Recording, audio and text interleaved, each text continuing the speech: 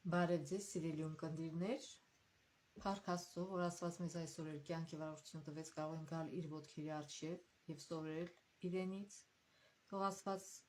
իր շնորհքը թափի մեր վրա, իր Սուրբ Հոգին, որպեսզի մենք կարողանանք մեր լսածը ընկալել, ճիշտ հասկանալ եւ նաեւ թող ոչ տա, որ կարողանանք կատարել մեր կյանքում։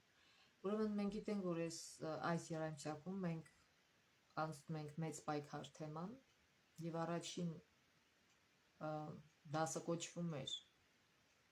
ինչու է որտեղից են գալիս բոլոր պատերազմները եւ մենք իմացանք, որ որովհետեւ հզոր հրեշտակը ամբոստացավ Աստծո դեմ, հետո էլ խաբեց Ադամին ու Եվային եւ այսպես ողբերգությունը մտավ այս երկիր, բայց Աստված չթողեց անմխիթար վիճակում Ադամին ու Եվային եւ խոստացավ, որ անպայման փրկչի կուղարկի։ Եվ իր խոստումը կատարեց։ Քրիստոսը եկավ, զոհվեց եւ փրկության հնարավորություն տվեց, հարություն առավ եւ փրկության հնարավորություն տվեց բոլոր մարդկանց, բայց նորից մեր ընտրությունից է կախված, մենք ուզում ենք այդ փրկությունը, թե ոչ։ Այսօրվա թեման կոչվում է գլխավոր թեման է սեր, թե եսասիրություն։ Այսօրվա դասի գլխավոր թեման։ Հիշելու համար է Եսայա 41:10. Մի վախեցիր, որովհետև ես քեզ հետ եմ, մի զարհուրիր, որովհետև ես քո Աստվածն եմ,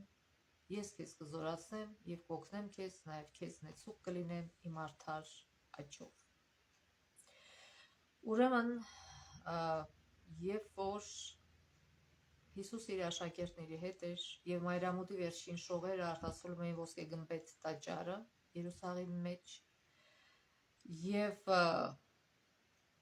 անդրադառնում էին ձյունափայլ ճերմակությամբ հիասքանչ մարմարե պատերից, Հիսուս ընդգծված ասում է. ճշմարիտ եմ ասում ձեզ, այդտեղ քարը քարի վրա չի մնալու, որ չքանդվի։ Աշակերտները զարմանում են, շփոթվում են, հետո մոտենում են իրեն եւ խնդրում են բացատրել, թե ինչ է պատահելու։ Եվ Հիսուսը իրենց բացատրեց եւ հմտորեն միահյուսեց Երուսաղեմի կործանման առնչվող իրադարձությունները անմիջապես իր գալուստին նախորդող դեպքերի հետ։ Երուսաղեմի կործանման իրադարձությունները բացահայտում են սատանայի իսկական դեմքը եւ վերջին ժամանակներում Աստծո ժողովրդի մոլորեցնելու եւ ոչնչացնելու նրա ռազմավարության կամ քաղաքականության նախապատկերը։ Ուրեմն սատանան անում է երկու բան, սկզբում խաբում է, հետո կործանում է։ Նույնը անում են բոլոր այն մարդիկ, ովքեր թշնամություն են տածում որևիցե մեկի հանդեպ։ Երբ որ ինքը տեսնում է, որ ինքը ուժով չի կարողանում, ուժով չի ստացվում քրիստոնեությունը հաղթել, ինքը դիմում է խաբեության, փոխում է իր ռազմավարությունը։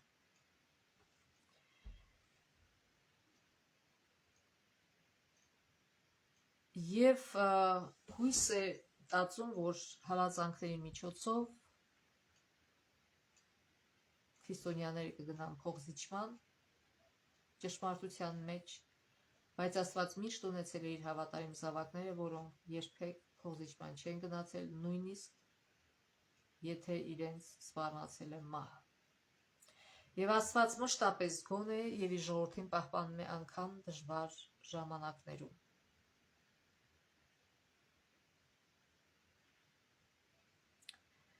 Եվ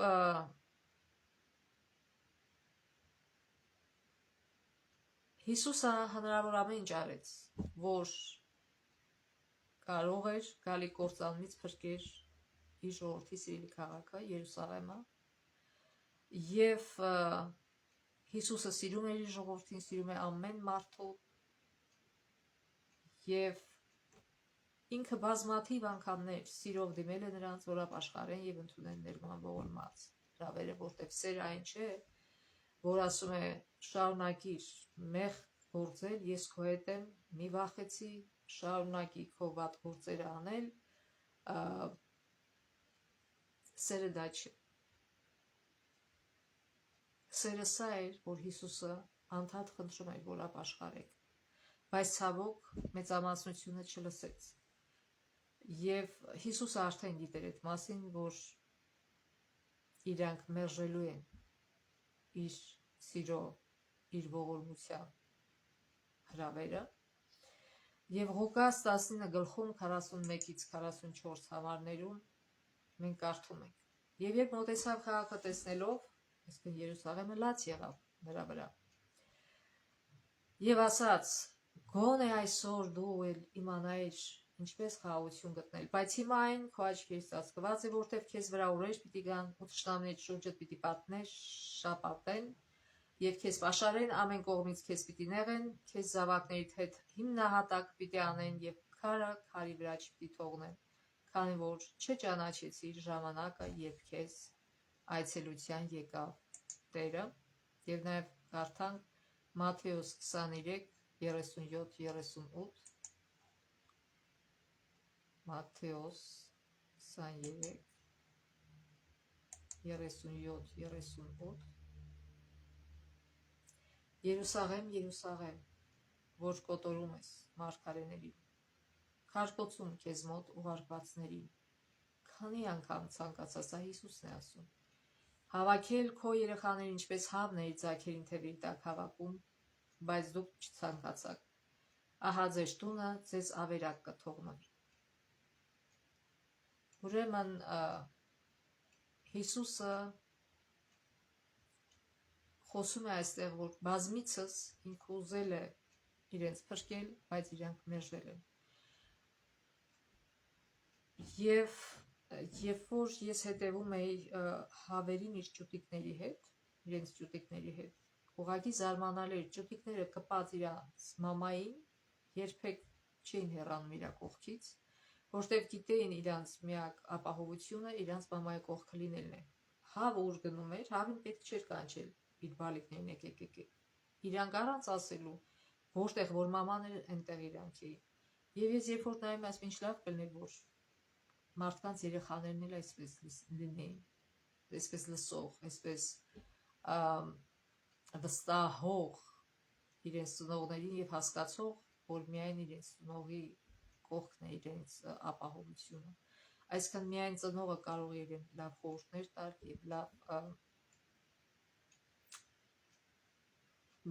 իր մասին լավ հոգալ։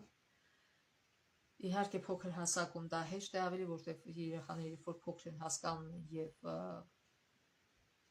մոտիկ են մնում քեզ, բայց երբ որ մեծանում են,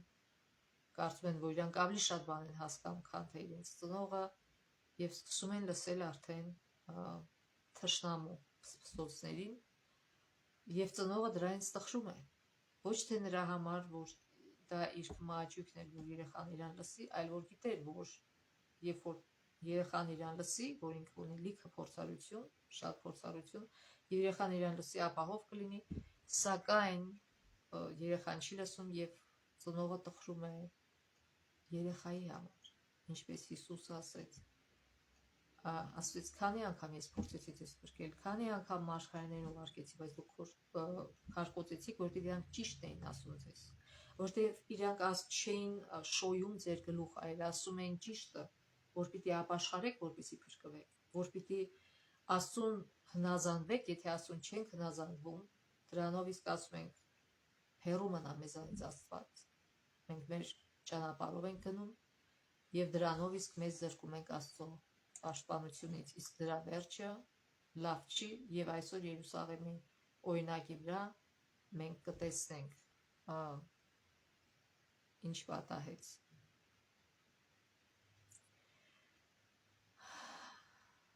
Հովհաննես 1:11-ում ասում է. յուրայինների մոտ եկավ, բայց յուրայինները նրան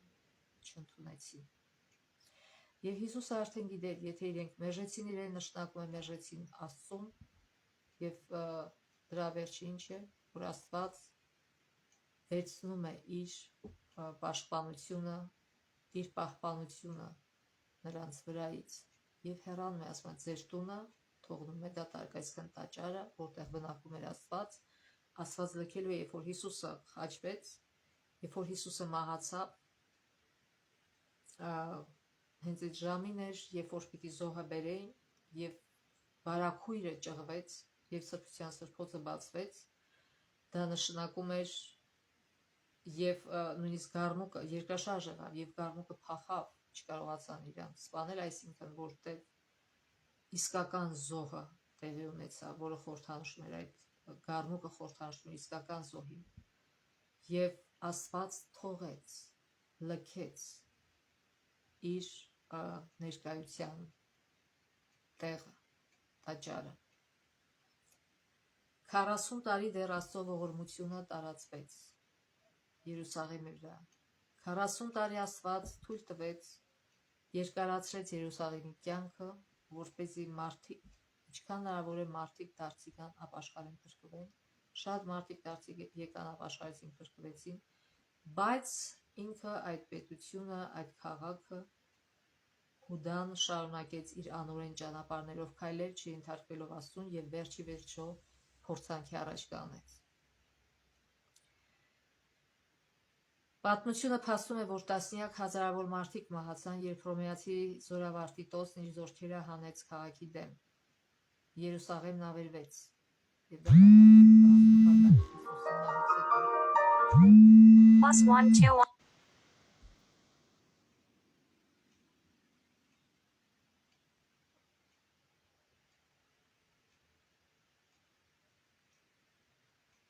Տղամարդիկ կանայք եւ երեխաներ կոտորվեցին։ Եվ շատ մարդիկ կարող են հասնել, բայց Աստված ուր էր, ինչի էր թույլ տալի, որ այդքան տառապանք կրեին։ Պատասխանը պարզ է, իրենք էին արել իրենց ընտրությունը, իրենք էին ասել, որ թող Աստծո այս Քրիստոսի արյունը մեր եւ մեր երեխաների վզին է։ So ինչ որ ցանեցին, դա էլ հնձեցին։ Ժամանակը եկավ եւ իրենց ցանածը աճեց եւ իրենք հնձեցին այն ինչ որ ցանել էին Իհարկե Աստված երբեք չի ուրախացել ողբերգության վրա նա լացում է բայց նա ոչինչով չի կարող օգնել որտեղ նրան մերժում են Աստված երբեք զորով մարդուն չի փաթաթում զորով իրեն մարդու վրա Երբ որ մարդը մերժում է ինքը իր ձեռքը քաշում է մարդուց եւ այդ ժամանակ սատանան էլ չի հարցնում դու ուզում ես որ ես ներկայացնեմ քո կյանքում թե ոչ ինքը ուժեղ է մարդուց եւ ինքը ուղակի զորով ստիպմամբ ներկայ է լինում եւ մարդու մեջ եւ մարդու կյանքում եւ մարդու կյանքը սարքում է դժոխք երբ որ մարդը թույլ է տալի որ սատանան իրեն ղեկավարի նա դառնում է իր եսի ստրուկը Եվ արդեն հոգով հիվանդ մարդ է դա, երբ որ ամեն ինչում փնտրում է իր եսի համար միայն լավը, իր փառքը, իր լավը, եւ դա մի տանջանք է, որի մեջ մարդ ընկնում է եւ այդպես կարող է ամբողջ կյանք անցկացնել, հետո զարթնել ուշ լինի, տեսնել, որ այդ ամբողջը փուչիկ է, դատարկություն, բայց արդեն ուշ լինի, որտեղ այնքան է խրվել սատանայի ցանցի մեջ եւ չի էլ ուզում ցավը նրանն է որ չի ուզում այդ ցանցից դուրս գալ եւ այդպես էլ կործանվում է սատանայի ցանցի մեջ եթե ուզենա դուրս գալ Աստված կարող է սատանայի բոլոր ցանցերից փրկել մարդուն բայց մարդու ուզելով է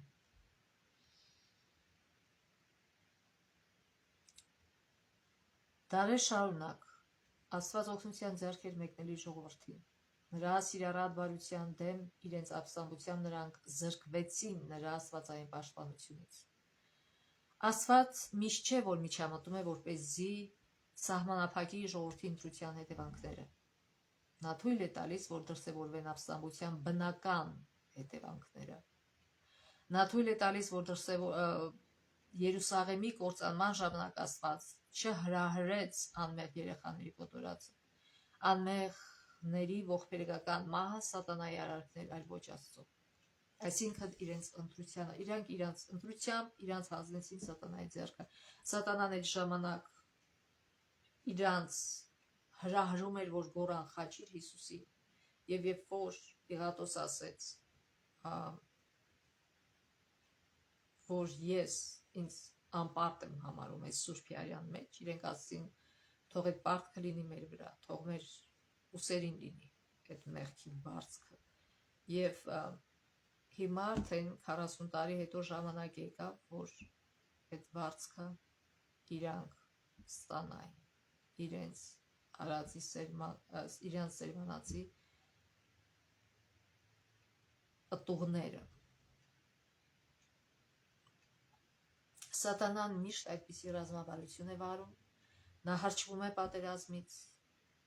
որտեղ այն գրգռում է մարդկային սրտի ամենաչար, ամենաստոր գրքերը։ Դարերի ընթացքում նրա նպատակը մոլորեցնելն ու ոչնչացնելն է եղել,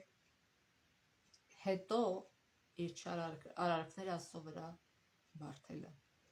Սատանան մոլորեցնում է մարդուն, մարդը ասում է Աստված ջան, դու ինձ պետք չես, գնա։ Եվ երբ որ մարդը մնում է անպաշտպան առանց Աստծո, ինքը հարձակվում է, անում է իր սև գործը եւ հետո ասում է սակ Աստված դաժան է։ Բայց դուք Աստծուն դուրս եք հանել ձեր կյանքից։ Ինչ եք սպասում Աստծուց։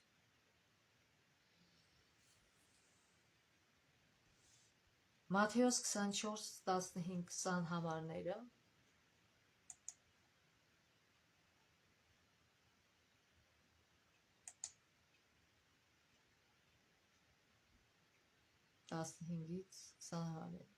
Արդ երբ տեսնեք ավերության սրբապղծությունը Սուրբ վայրում կանած, որի մասին ասված է Դանիել մարգարեի միջոցով, այդ ժամանակ ովքեր հրաստանում լինեն, թող լեռները փախչեն, ով տանիքի վրա լինի, թող չիջնի տնից որևէ բան վերցնելու, ով հանդում լինի, թող հետ չդառնա իր հագուստները վերցնելու, բայց վայ հղիներին ու ստնտուներին այն օրերին աղոթեք, որ ձեր փախուստը ձմռանը չլինի, ոչ էլ շաբաթ օրը։ Ուրեմն Հիսուսը նախորոք զգուշացրեց իր հավատարիմ զավակներին, թե ինչ է տեղ ունենալու։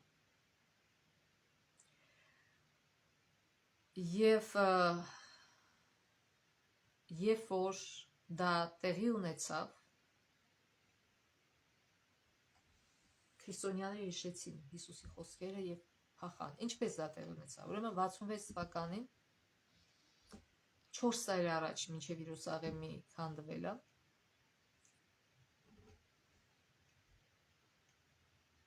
Ցեստիոս Գալոսը եւ հռոմեական զորքերը շրջապատեցին քաղաքը, այսինքն Երուսաղեմը։ Անակնկալ կերպով երբ թվում էր, ուր որը նրանք արձակվեն քաղաքի վրա, զորքը հետ քաշվեց։ Հրեական զորքերը հետապնդեցին նրանց եւ մեծ հաղթանակ տարան։ Եվ իհարկե ավելի ոգևորվեցին իրենց չար գործերի մեջ։ Երբ հռոմեացիները փախչում են, իսկ հրեաները հետապնդում են նրանց, Երուսաղեմի քրիստոնյաները փախչում են Հորդանանի գետի այն կողմը, Պերեայի Պելլա քաղաքը։ Ինչու՞։ Որտեղ իրենք լավ գիտեին, եթե Հիսուսը ասել է այդ խոսքերը, վաղ թե ուշ այդ խոսքերը տեղի ունենան։ Եվ 4 տարի անցավ, մինչև այդ խոսքերը իրականացան, այսինքն 66 թվից մինչև 70 թիվը։ Բայց քրիստոնյաները հետ չեկան Երուսաղեմ։ Իրանք գիտեին, որ Հիսուսը ինչ որ ասել է իրական, եւ քրիստոնյաներից ոչ մեկ չկործանվեց։ Նույն ընտրության հնարավորություն ունեին նաեւ մյուսները, բայց իրենք ինքնախաբեության մեջ, ինչ լավ է, մենք ուժեղ ենք, մենք վախեցրինք հռոմեացիներին, նրանք փախան, մենք հաղթեցինք եւ ավելի արմատացան իրանց մեղքերի մեջ։ Այդ հաջողությունը իրենց համոզմունք տվեց իրենց ճիշտ լինելու եւ ավելի արմատացան իրանց մեղքերի մեջ եւ չուզեցան ընդհանրապես ընդունել Աստծո ճշմարտությունը իրենց սրտում եւ ցավոք դրա համար արդեն 70 թվականին տեղի ունեցավ այն, ինչ որ ասել էր Հիսուսը։ Բայց քրիստոնյաները փրկվեցին, մեծ պայքար գրքում մեջ 30 գրված է, խոստացված նշանը տրվեց սպասման մեջ գտնվող քրիստոնյաներին եւ հիմա բոլորին, ովքեր կկամենային, հնարավորություն շնորհվեց հետևել փրկչի նախազգուշացմանը։ Դեպքերն այնպիսի ընթացք ստացան, որ ոչ հրեաները, ոչ էլ հռոմեացիները չխոնչդոտեցին քրիստոնյաների փախուստին։ Սաղմոսներ 46 գլխի 1 համարը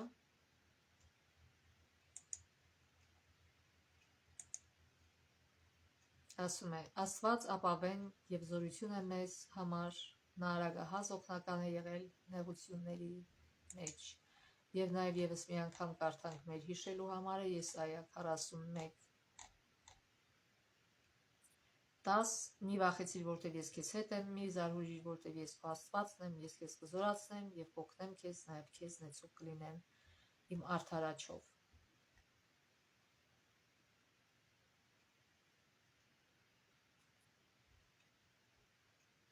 Աստված ինքնիշխան է եւ երկրի վրա կատարվող իրադարձությունները կառավարվում է իր աստվածային նպատակների վերջնական իրականացման համար։ Թեև Աստված երբեմն փոխում է իր սկզբնական ծրագրերը, ինչու, որովհետև մարդկային ընտրություններն են սխալ լինում, սակայն նրա վերջնական ծրագիրը կիրագործվի։ Այսինքն մարդը չի գնում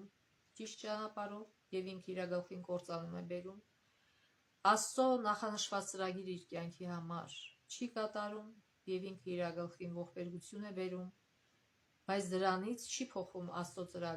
ծրագիրը համընդհանուր փրկության համար մեր երկրի։ Եվ երբ որ մեր երկիրը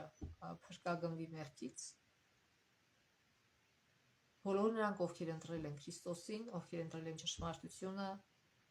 նորացված երկրի վրա կապրեն, հավետ արդեն։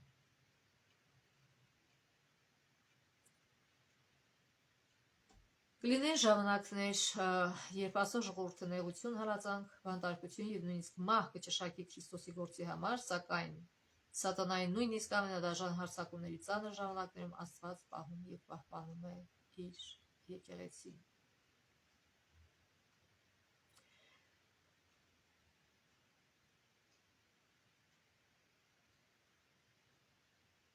Եբրայեցիներ 11:35-38 եւ Հայտնություն 2:10 արդեն Հայտնություն 2:10-ը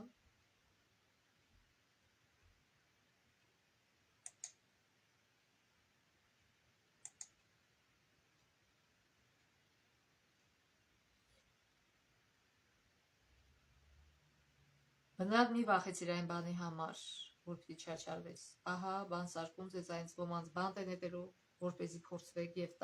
10 օր նեղություն եք ունենալու, 10 օր, այսինքն 10 տարի, որպես մարգարեություն, հավատարիմ եղիր մինչև մահ, եւ կյանքի պսակը կտամ քեզ։ Ով ականջ ունի, թող լսի, ինչ որ հոգին ասում է եկեղեցիներին, հաղթողը երկրորդ մահից չի պիտի վնասվի։ Այսինքն, թեև դուք հիմա մահանում եք առաջին մահով, որը միայն քուն է, բայց ամենակարևոր մահը, որ լիովին ոչնչանալ է, երկրորդ մահը, մի վախեցեք։ Թեկուզ դուք վնասվում եք այս առաջինից, երկրորդ մահից չեք վնասվի, որտև Աստված մեզ փրկագնել է այդ մահից իր զոհով եւ դրանով իսկ ապահովել է մեր հավիտենական կյանքը։ Ուրեմն մենք պիտի հասկանանք, որ մեր այս ժամանակավոր կյանքը միայն ընտրության համար է մեզ տրված, որպեսզի մենք ընտրենք, արդյոք ում հետ ենք ուզում ապրել, հավիտյան կործանվել, ինչպես սատանան կկործանվի իր հրեշտակների հետ, վառվել եւ քայքայվել այդ կրակների մեջ, այսքան վերջանալ գնալ, գոյություն չունենալ, այն կրակի մեջ, որը պատրաստված է միայն սատանայի եւ իր հրեշտակների համար, ուշադրություն դարձնենք, որ չի ասում մարդկանց համար, բայց մարդիկ իրենք են ընտրում գնալ սատանայի հետևից եւ բնական է իրանց ընտրության հետևանքները կքավեն, որտեվ երկու հարություն է լինելու, մեկ հարություն արդարների համար, ինչպես Հովհաննեսին գլխի մեջ է գրված, մյուս հարությունը ոչ արդարների համար։ Արդարները հարություն են առնելու, որպեսզի հավիտյան ապրեն, եւ ոչ արդարները հարություն են առնելու, որպեսզի իրենց պատիժը կրեն։ Հիմա այս ժամանակավոր կյանքը մեր ընտրության ժամանակն է։ Աստված երկրաձգում է մեր օրերը, որպեսզի մենք ճիշտ ընտրություն անենք։ Մեծ պայքար Էջ 41-ում գրված է զուրեին Քրիստոսի եկեղեցին բռնության ոչնչացնելու սատանայի ջանքերը։ Մեծ պայքարը, որի ընթացքում Հիսուսի հետևորդները զոհաբերեցին իրենց կյանքը, չդադարեց։ Երբ այդ հավատարիմ դրոշակակիրներն ընկան իրենց դիրքերում։ Պարտվելով նրանք հաղթեցին։ Աստծո պատգամավորները սպանվում էին, բայց նրա գործը համառորեն առաջ էր ընթանում։ Ուրեմն Սատանան որոշեց ոչ իշխացնել ինչքանավոր շատ Հիսուսի հետևորդներից, որոնք հավատարմորեն կատարում էին Հիսուսի տրված առաջադրանքը, որ գնացեք եւ քարոզեք բոլոր աշխարհում, ամենտեղ, ինքը սկսեց սպանել իրենց, բայց պարադոքսալ ձևով տեսավ, որ ինչքան սպանում են, քան շատանում են քրիստոնյաները։ Եվ տեսավ, որ չէ, այդպես բանդուր չի գալի, եւ Աստծո գործը ավելի աճում, եւ փոխանակ հակառակը լինի, քրիստոնյաները ավելի են շատամ, ինքը որոշեց փոխել իր ռազմավարությունը, խաբելով մարդկանց հեռացնել Աստծուց, ոչ թե ուժ գործադրելով։ Ուրեմն չնայած այդ ամբողջ հալածանքներին, խոշտանգումներին, բատարկություններին, քրիստոնեության վաղ դարերի ընթացքում քրիստոնեական եկեղեցին արագորեն աճում էր, հավատարիմ հավատացյալները, որ կատարելապես իրենց կյանքը ներել էին Քրիստոսին, հռչակում էին նրա խոսքը, Սուրբ Հոգուզորությամբ լցված, կյանքեր էին փոխվում, տասնյակ հազարավոր մարդիկ էին դարձի գալիս։ Որս Կարաքելոց 2:41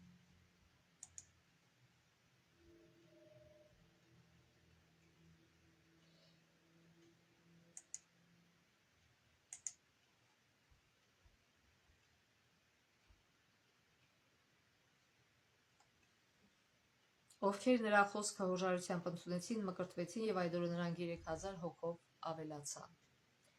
Այսինքն քրիստոնեությունը հաջողությամբ տարածվում էր։ Նաեւ կարդան Գործ Առաքելոց 8:1-8 համարները,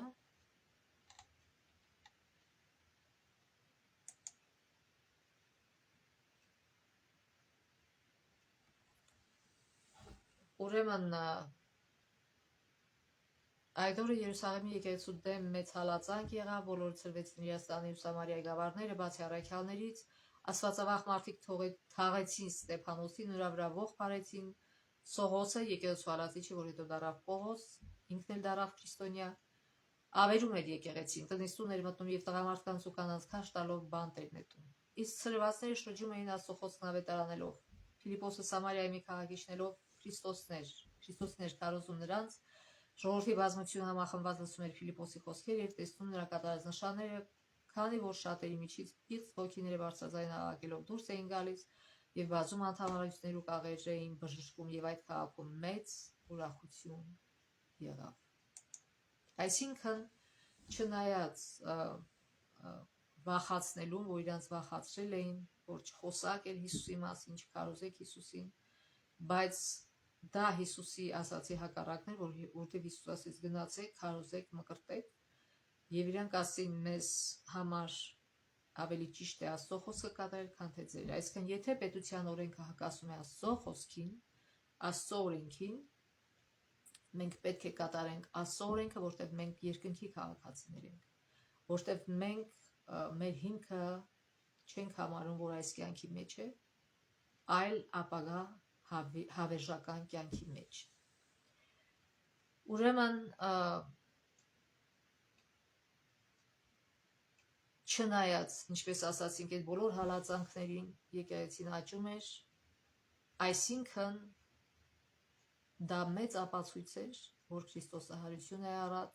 հարություն է արել եւ զորություն ունի։ Եվ նրա զորության առաջ ցնցվում էին Սատանայի ամրոցները, կոտրվում էին նրա Սատանայի դրված կապանքները, փլուզվում էին հեթանոսական սնահավատությունը, ավետարանը հաղթանակում էր ի հեճուկս զորեղ խոչընդոտների ու մարտահրավերների, աշակերտներն այլևս չէին թաքնվում վերնատանը, վախը հեռացել էր նրանց սրտից, վախի փոխարեն հավատքով էին նրանք լցվել։ Եվ երբ որ իրանք տեսան իրենց հարություն արած Տիրոջը, որ իրանց աչքերի առաջ համբարձվեց վերև եւ գիտեն, որ ինքը այնտեղ իրենց համար ծառայություն է մատուցում,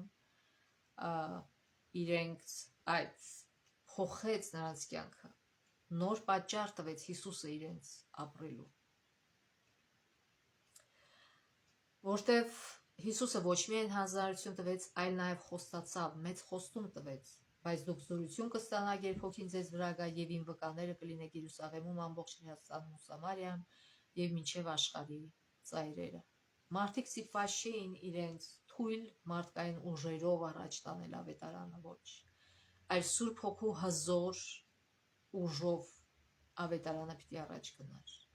Դա Սուրբ Հոգու պարգևն է, երբ մարդ անվախ ձևով քարոզում է Աստծո խոսքը եւ երբ մարդ ապրում է Աստծո օրինակով, Հիսուսի օրինակով։ Ուրեմն ավետարանը թափանցեց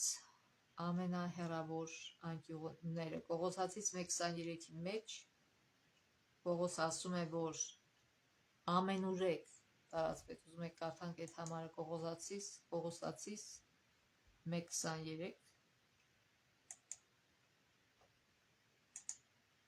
Պողոսը գրում է.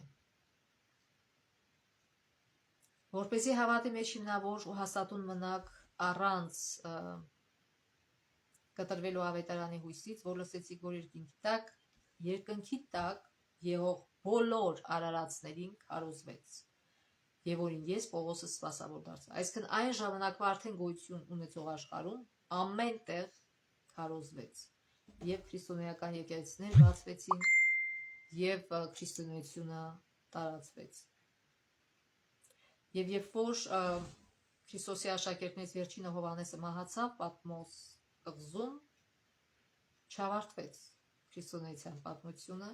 այլ ուրիշ քրիստոնյաները, ուրիշ նվիրված քրիստոնյաները վերցրեցին ճշմարտության ջահը եւ հռչակեցին կենդանի Քրիստոսին,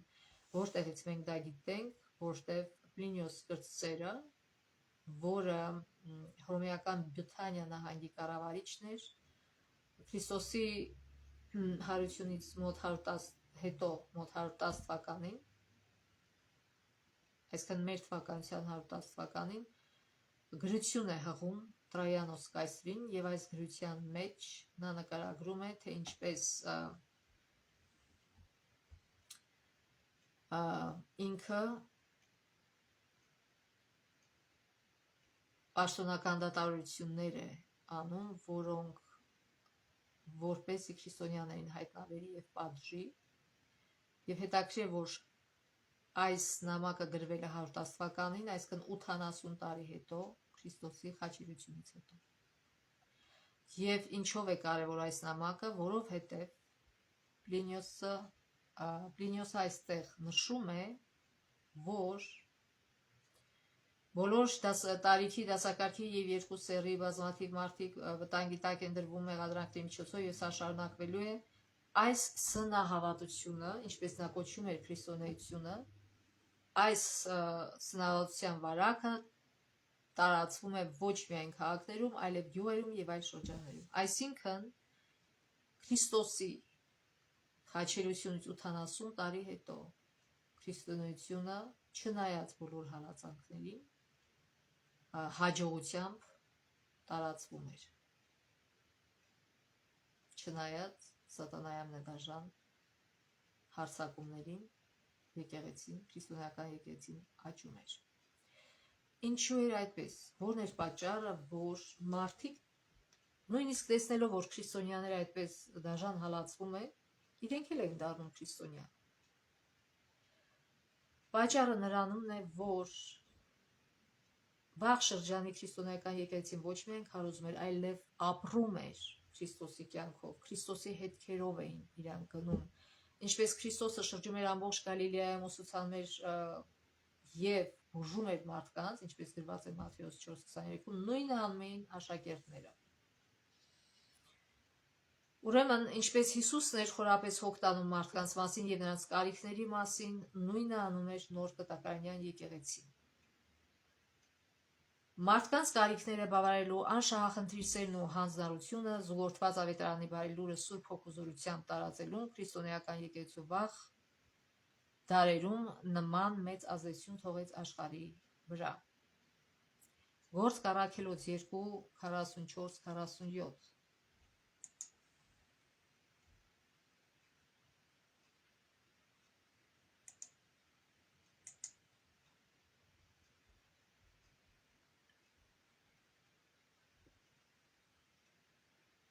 Այստեղ նշվում է բոլոր հավատացյալները նույն տեղում էին համախմբվում եւ նրանց ողջ ունեցած ընդհանուր էր, նրանք վաճառում էին իրենց ունեցվածքն ու կալվածքները եւ բաժանում էին բոլորին, ով ինչի կարիք ունենար, ամեն օր տաճարում էին համախմբում, իսկ հացի բեկումը տներում էին կատարում ուրախությամբ եւ պարզ սրտով իրենց կերակուրը ճաշակելով, օրհնում էին Աստծուն եւ ամբողջ որդի մեջ սեր ու հարգանք էին վայելում, իսկ Տերը նրանց խմբում փրկվածներ էր ավելացնում ամեն օր։ Ուրեմն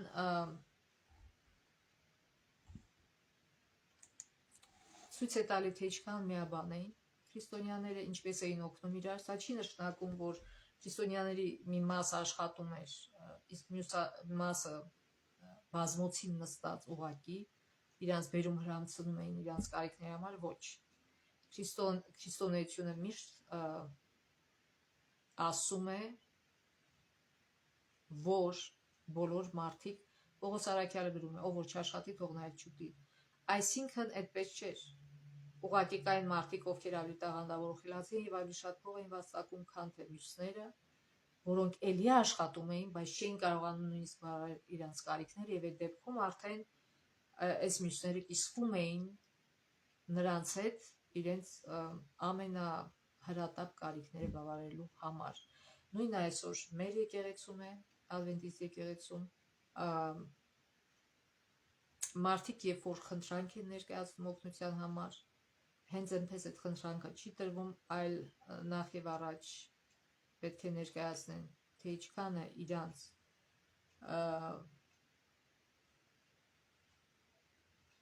եկամուտը, ինչքան է իրենց ծախսերը եւ ըստ դրա պետք է որոշում կայացնեն օգնեն թե ոչ, որտեղ մարդը կարող է շատ փող ստանալ, բայց անիմաստ ձևով ուղակի իր կմաջույքների համար ծախսել այդ փողը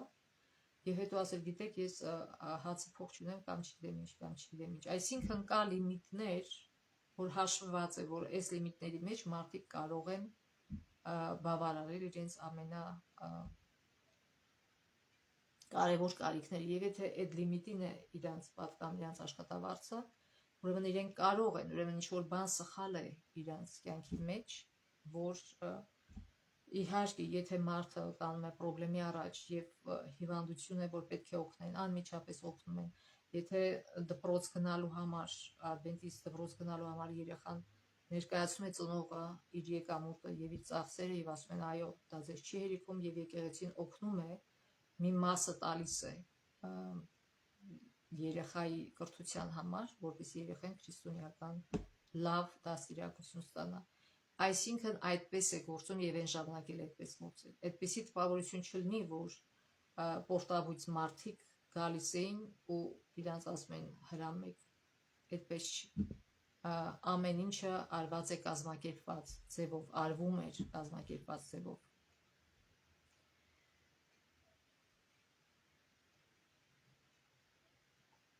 Ուրեմն նոր կտակային շրջանի հավատացյալներ հետևում էին Քրիստոսի օրինակին եւ ինչպես Պետրոսն է գրում, Աստված նրան ուծեց Սուրբ Հոգով եւ զորությամբ, որը շրջում էին բարիք գործելով եւ սատանայից բռնված բոլորին բժշկելով, որտեղ Աստված նրա հետ էր։ Ուրեմն բարիք էին գործում։ Քրիստոսի եկեղեցին նրա մարմինն էր երկրի վրա եւ այս վաղ դարերում այն նույնպես ցուցաբերում էր Քրիստոսի զոհաբերական սերն ու հոգատարությունը տարապյալ կոտրված մարդկության հանդեպ։ Այս հավատացյալները Քրիստոսի կարեկցանքի կենթանի օրինակն էին։ Տիեզերքում մոլորինող մեծ պայքարում սատանան ձգտում է Աստծո պատկերը խեղաթյուրել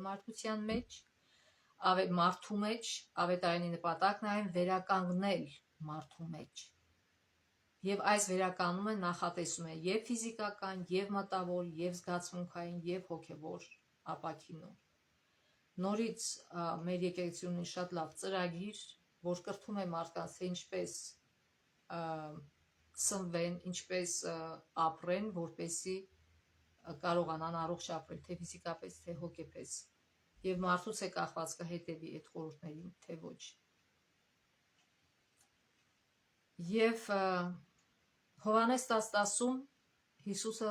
ճիշտ խոսքերով նկարագրեց իր այդ ծրագիրը, ասում է. «Գողը գալիս է միայն գողանալու, մորթելու եւ ոչացնելու համար, սակայն ես եկա, որ իմ ոչխարները կյանք ունենան եւ առատ կյանք»։ Այսինքն իմ հետևորդները, իմ զավակները։ Նա կամենում է, որ մենք ֆիզիկապես առողջ, մտքով զգոն, զգացմունքային դաշտը կայուն եւ հոգեապես կատարյալ անձնավորություններ լինենք։ Սա հատկապես ճշմարիտ է նրա խոստացված վերադարձի գաղափարի ներքո։ Երբ Քրիստոսն իր բուժիչ շնորհով հպվում է մեզ, մենք փափագում ենք այն փոխանցել ուրիշներին, որ նրանք էլ առողջանան։ Հիսուսը մեզ ուղարկում է մեղքով կոտրված աշխարհ, որ մենք որպես Քրիստոսի դեսպաններ իր սիրով հպվենք ուրիշներին հոգևոր հպումով։ Ուրեմն նոր կտակարանյան քրիստոնեությանը բնորոշ էր քրիստոնյաների սերը միմյանց եւ իրենց համայնքների հանդեպ։ Եվ հենց այդ էր պատճառը, որ չնայած այս բոլոր հալածանքներին, քրիստոնեական եկեղեցին աճում էր։ Առաջին մի քանի դարերում ինչ տեղի ունեցավ, ուրեմն Տերտուլիանոսը գրում է, ինքը քրիստոնյա էր եւ ինքը գրում է. հիմնական այդ ազնիվ սիրո գործերն են, որ շատերին մղում են որակի նշան դնել մեզ վրա։ Տեսեք, ասում են, թե ինչպես է նրանք սիրում միմյանց։ Եվ շատ մեծ ապացույց եղավ քրիստոնեական սիրո երկու ավերիչ համաճարակների ժամանակ Հռոմում, մեկը 160 թվականին մեր թվականության, մյուսը 265, եւ քրիստոնյաները կողք չմնացին, այլ գործի անցան եւ ծառայեցին հիվանդներին ու մեռնողներին։ Այս համաճարակները տասնյակ հազարավոր մարդկանց մահվան պատճառը դարձան, ամայացնելով ամբողջական գյուղեր ու քաղաքներ։ Քրիստոնյաների անշահախնդիր, զոհաբերական, հոգատար ու սիրալիր ծառայությունը հսկայական ազդեցություն գործեց մարդկանց վրա։ Եվ ժամանակի ընթացքում այս երկու համաճարակների ժամանակ հռոմեական կայսրության հազարավոր եւ ի վերջո 100 հազարավոր, իսկ ապա միլիոնավոր մարդիկ դարձան Հիսուսի նվիրյալներ։ Սերը, շարունակական հոգատարություն ու կազմակերպված անշահախնդիր խնամատարությունը հիվանդների ու մահամերձների հանդեպ հիացմունք առաջացրեց այս հավատացյալների եւ այն Քրիստոսի հանդեպ, ում նրանք ներկայացնում էին։ Ռոդնի Սթարքի քրիստոնեության վերելքը ժամանակակից պատմությունը նոր եւ բարեփոխված լույսի ներքո է ներկայացնում այս պատմական իրադարձությունները, եւ այս գրքում հեղինակը նկարագրում է 260 թվականին, երբ որ եղել է այդ համաճարակը, նկարագրում է, թե ինչպես ողջ քրիստոնեական համայնքը, որը դեռ հիմնականում հրեա քրիստոնեական էր, դարձավ խնամատարների վերացական բանակը, որն ապահովում էր տառապող համայնքի գոյատևման հիմնական կարիքները։ Տեսեք ինչ է ինքը գրում։ Երկրորդ համաճարակի գագաթնակետին մոտ 2060 թվականին Զատկի տոնին նվիրված երկար նամակում Դիոնիոսը հարգանքի տուրք է մատուցում տեղի քրիստոնյաների հերոսական խնամատարական ջանքերին, որոնցից շատերն իրենց կյանքն էին զոհաբերել այլոց մասին հոգալու ժամանակ։ Ուրեմն մեր եղբայր քրիստոնյաներից շատերին անսահման սեր եւ նվիրատվություն դրսևորեցին, երբեք չխնայելով իրենց եւ մտածեցին միայն միմյանց մասին։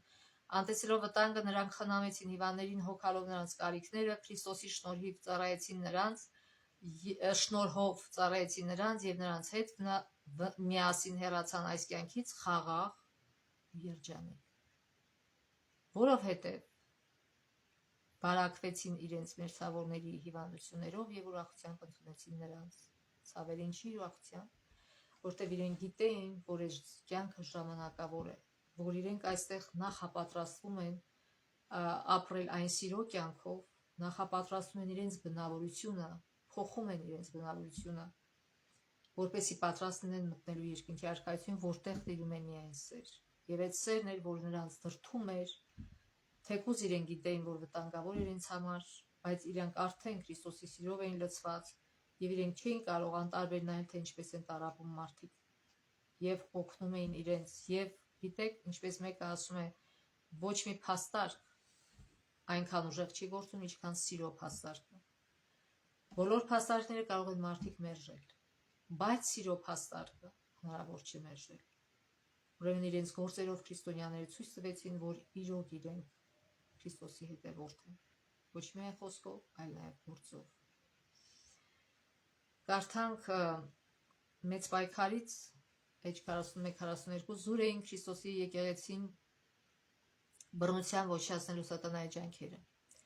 Մեծ պայքարը, որի ընթացքում Հիսուսի հետևորդները զոհաբերեցին իրենց կյանքը, չդադարեց, երբ այդ հավատարիմ դրոշակակիրներն ընկան իրենց դիրքերում, պարտվելով նրանք հաղթեցին։ Աստծո պատգամավորները սպանվում էին, բայց նրա գործը համառորեն առաջ էր ընթանում, ավետարանի տարածումը շարունակվում էր, նրա համախոհների թիվն աճում էին, այն ներթափանցում էր այնպիսի տեղեր, որոնք անմաչելի էին անգամ Հռոմի արծիվների համար, մի քրիստոնյա դիմելով հալածանքներ կազմակերպող հեթանոս ղեկավարներին ասել է. Դուք կարող եք սպանել, տանջել, դատապարտել մեզ։ Ձեր անարդարությունն ապացուցում է, որ մենք անմեղ ենք։ Ձեր դաժանությունն անօգուտ է։ Դա ընդամենն ավելի ուժեղ էր դրդում մյուսներին ընդունելու նրանց համոզմունքները։ Որքան ավելի շատ հնձեք մեզ, այնքան մեր թիվն աճելու է։ Ինչու՞։ Որտև քրիստոնյաների արյունը սերն է։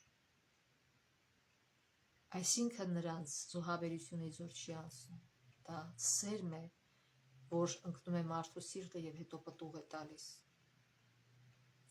Եվ վերջում կարդանք եւս մի մաս մեծ պայքարից Էջ 47 Խորհրդավոր նախախնամությունը, որը թույլ է տալիս արդարների հալածանք ամբարիշտների կողմից մոլորեցրել է շատերին, ովքեր թույլ են հավատի մեջ։ Ոմանք պատրաստ են անգամ թողնել իրենց վստահությունը Աստված տեսնելով, որ նա թույլ է տալիս բարգավաճել ամենաստոր մարդկանց, մինչդեռ լավագույններն ու մաքուրները տանջվում ու չարչարվում են նրանց դաժանությունից։ Շատերը հարցնում են, ինչպես կարող է նա, ով արդար է, գթասիրտ ու զորությամբ անսահման հանդուրժել նման անարդարություն ու կեղեքում։ Այս հարցը մեզ չպետք է անհանգստացնի։ Աստված բավական ապացույցներ է տվել իր սիրո մասին, եւ մենք չպետք է կասկածենք նրա բարություն, այն պատճառով ոչ ենք կարողանում հասկանալ նրա նախախնամության գործողությունները։ Մենք պետք է անենք այն, ինչ որ չարեց Եվան։ Եվան պետք է վստահեր Աստծուն, որտեղ ինքը շրջապատված էր Աստծո սիրո դրսևորումներով, բայց ինքը չհավասարեց Աստծո խոսքին, մտածեց,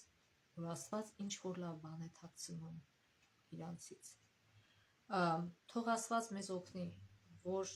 այս խոսքերը սերմ դառնան մեր սրտի համար։ Մենք պետք է հասկանանք, որ այս կյանքը ընդամենը ժամանակավոր մի հատված է, որ Աստված երկարացնում է մեր կյանքը, որովհետև մենք ճիշտ որոշումներ եւ ճիշտ ընտրություններ անենք մեր կյանքում։ Քրիստոնյաները մահանում էին ուրախությամբ առանց վախի, որտեղ իրենք գիտեին, որ այս կյանքը ժամանակավոր է եւ կապ չունի այստեղ 100 տարի ես ապրում, թե 10 տարի։ Կարևորը քո կյանքի որակն է, թե ինչ կյանքով ես դու ապրում։ Արդյոք դու սեր ես ցանում, թե ատելություն։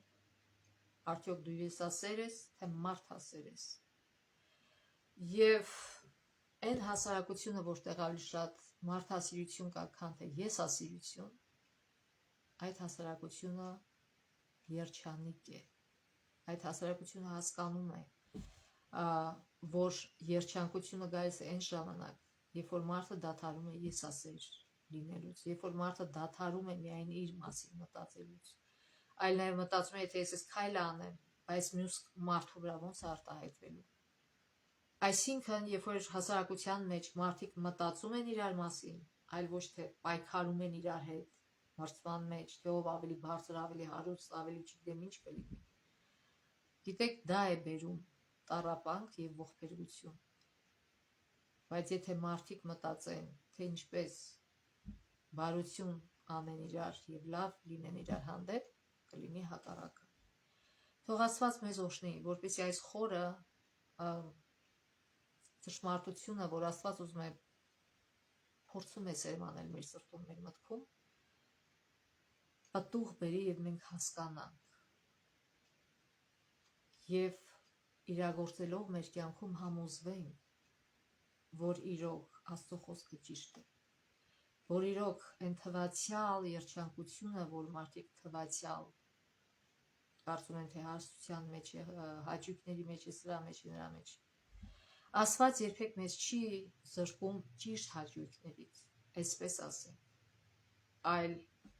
այլասերված հաճույք։ Աստված չի ուզում, որ մենք այլասերվենք այլասերված հաճույքների մեջ,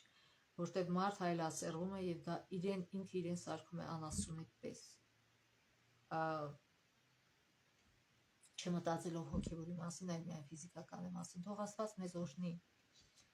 գալիք շաբաթվա մեջ, որ մենք Աստծո խոսքով շարժվենք ամեն օրը մեր կյանքի, ամեն վայրկյանը մեր կյանքի, որ երբ որ Սուրբ Հոգին մեզ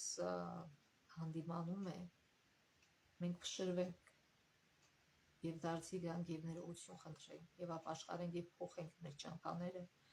որպեսզի մենք չարժանանանք այն ճակատագրին, ինչին արժանացան հրեաները, երբ որ իրենց սիրելի քաղաքը հիմնահատակ ոչնչացվեց, որտեղ իրենք չուզեցին հրաժարվել իրենց մեղքերից, իրանք ուզեցին ապրել առանձին Աստծուց, չուզեցին շարժվել Աստծո օրենքներով, Աստծո մարդասեր օրենքներով, այլ իրենց մարդկային սատանայական դաժան օրենքներով։ Թող դա դաս լինի մեզ համար, որ մենք այսօր, երբ որ լսում ենք Աստծո ձայնը, ճիշտ ընտրություններ կատարենք մեր կյանքում, մարդասեր լինենք, ոչ թե հիսասեր։ Թող Աստված մեզ օրհնի եւ Աստծո ողորմության մինչև մյուս շաբաթ։